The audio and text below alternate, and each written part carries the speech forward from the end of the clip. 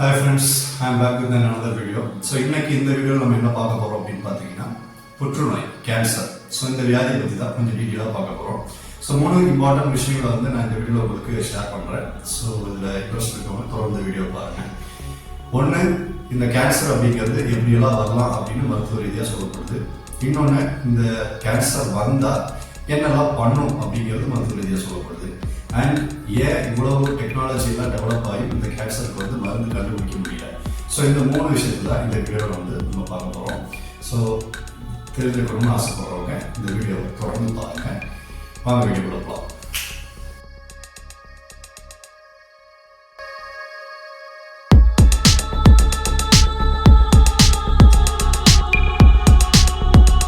முதல் விஷயம், புற்றுநோய் எதனால வருது? ஸோ நிறைய பேர் வந்து புற்றுநோய் வர்றதுக்கு காரணம் வந்து புகைப்பிடித்தல், இல்லை வந்து மது அருந்துதல், இல்லை இது போன்ற நிறைய கெட்ட பழக்கங்கள் இருக்கவங்களுக்கு தான் இந்த புற்றுநோய் அப்படிங்கிற வியாதிங்கிறது வரும் அப்படிங்கிறது ஒரு பொதுவாக ஒரு கான்செப்டாக இருக்குது. பட் இன்னைக்கு இந்தியாவில் வந்து அதிகமாக வந்து புற்றுநோய் வந்து பாதிக்கப்பட்டிருக்கிறது மார்பக புற்றுநோய். அது பெண்களுக்கு பொதுவாக வர முடியாது. ஸோ பெண்களோடும் ஆண்கள் அளவுக்கு அந்த அளவுக்கு புகைப்பிடிக்கிறதோ, இல்லை ஆல்காலில் எடுத்துக்கிறதோ, இல்லை வேறு ஏதாவது கெட்ட பழக்கிறதோ அந்த மாதிரிலாம் எதுவுமே கிடையாது. ஸோ நம்ம இதில் வந்து புரிஞ்சுக்க வேண்டிய விஷயம் என்ன அப்படின்னா, ஸோ இதனால் மட்டுமே கேன்சர் அப்படிங்கிற வியாதி வந்து வர்றது கிடையாது. ஸோ நம்மளோட லைஃப் ஸ்டைல், அதாவது வாழ்க்கை முறை இன்னைக்கு கொஞ்சம் கொஞ்சமாக மாறி வந்தது ஒரு காரணம். ஸோ நம்ம சாப்பிடக்கூடிய எந்த ஒரு விஷயமா இருக்கட்டும், அதில் கெமிக்கல்ஸ் வந்து அளவுக்கு அதிகமாக இருக்குது அப்படின்னா, so any kind of chemicals can induce that cancer. So என்ன வேணால் அந்த கேன்சர் அப்படிங்கிற வியாதி, புற்றுநோய் அப்படிங்கிற வியாதியை வந்து தூண்ட முடியும். ஸோ ஒவ்வொரு உணவுக்கும் ஒரு வரைமுறை இருக்குது, இது இவ்வளோதான் ஆட் பண்ணணும் அப்படின்னு சொல்லிட்டு. ஸோ ஃபுட் சேஃப்டி டிபார்ட்மெண்ட் வந்து அதை ஃபாலோ பண்ணிட்டு தான் இருக்காங்க.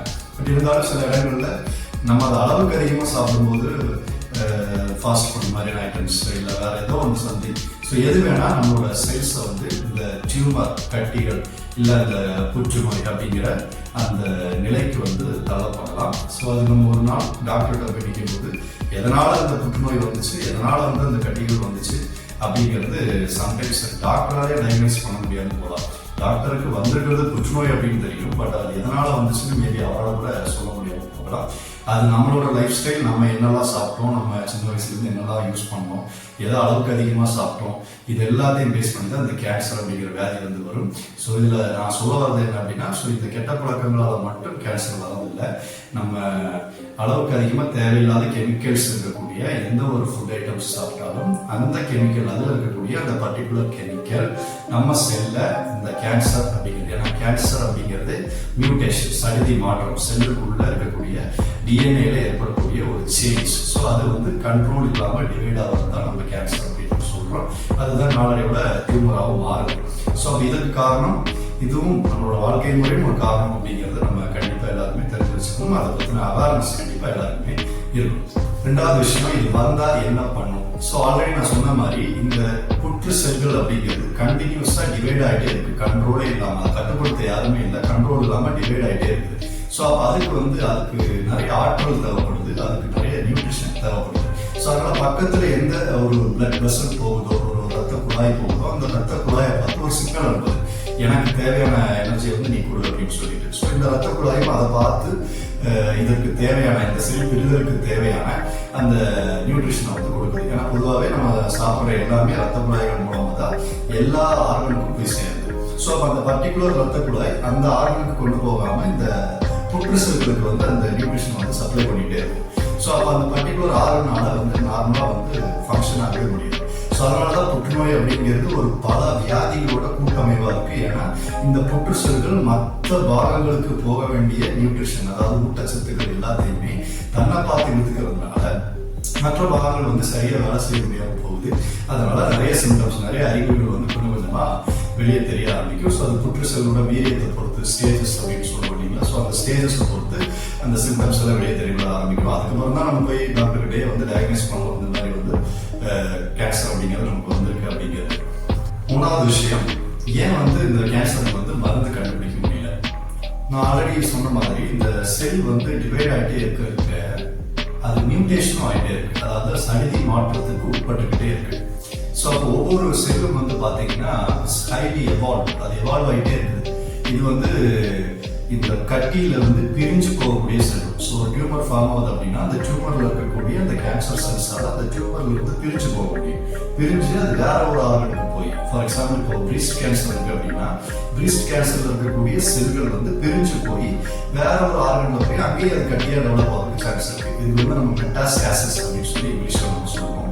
ஸோ முக்கியமான ரீசனே நம்ம வந்து இதுக்கு மருந்து கண்டுபிடிக்கிறதுக்கு முக்கியமான ஒரு தடையா இருக்கக்கூடியது இந்த மெட்டாஸ்டாசிஸ் அப்படிங்கிறது தான். ஏன்னா ஒரு இடத்துல இருந்தா கூட நம்ம ஏதாவது ஒன்று நம்ம இன்னைக்கு டெக்னாலஜி இவ்வளோ டெவலப் ஆயிடுச்சு, ஒரு இடத்துல இருக்கிறது எப்படியாவது கிளியர் பண்ணிடலாம்னு வச்சுக்கோங்க.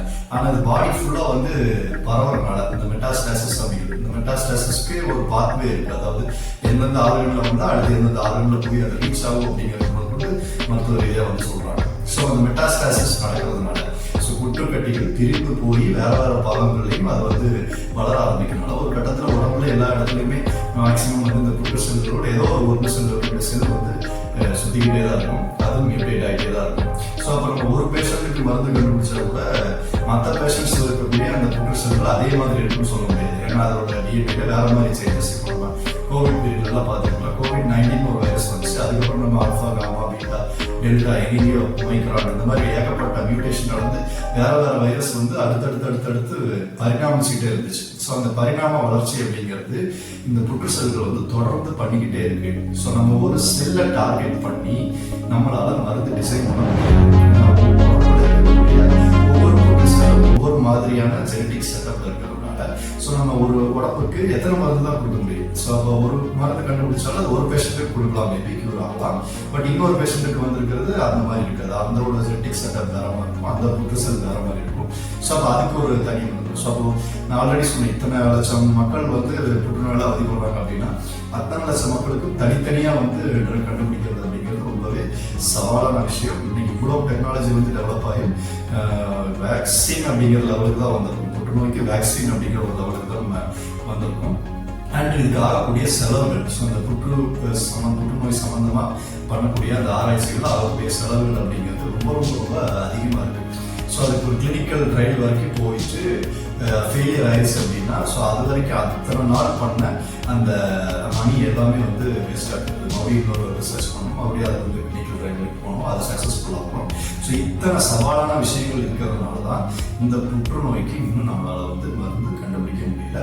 அண்ட் ஃபியூச்சரில் யாராவது கண்டுபிடிக்கலாம். ஸோ இதில் இருக்கக்கூடிய தடைகள், இந்த புற்றுநோயை கட்டுப்படுத்துறதுக்கு, இந்த புற்றுநோயை வந்து கம்ப்ளீட்டாக க்யூர் பண்ணுறதுக்கு இருக்கக்கூடிய முக்கியமான விஷயம் இந்த மெட்டாஸ்டாசிஸ். அண்ட் இன்னும் ஒரு விஷயம் இருக்கு, இந்த கேன்சருக்கு ஆக்சுவலாக நமக்குள்ளேயே மருந்து இருக்கு. ஸோ அப்படி ஒரு விஷயமும் இருக்கு. ஸோ அதை வந்து நான் உங்களுக்கு நெக்ஸ்ட் வீடியோவில் வந்து ஷேர் பண்ணுறேன். ஸோ வீடியோ பிடிச்சிருந்தா நீங்கள் லைக் பண்ணுங்கள் அண்ட் சப்ஸ்கிரைப் பண்ணுங்கள். அந்த பெல் பட்டனை லைட்டாக தட்டிக்கோங்க. ஸோ நான் போகிற வீடியோவில் உங்களுக்கு நோட்டிஃபிகேஷன் வரும்.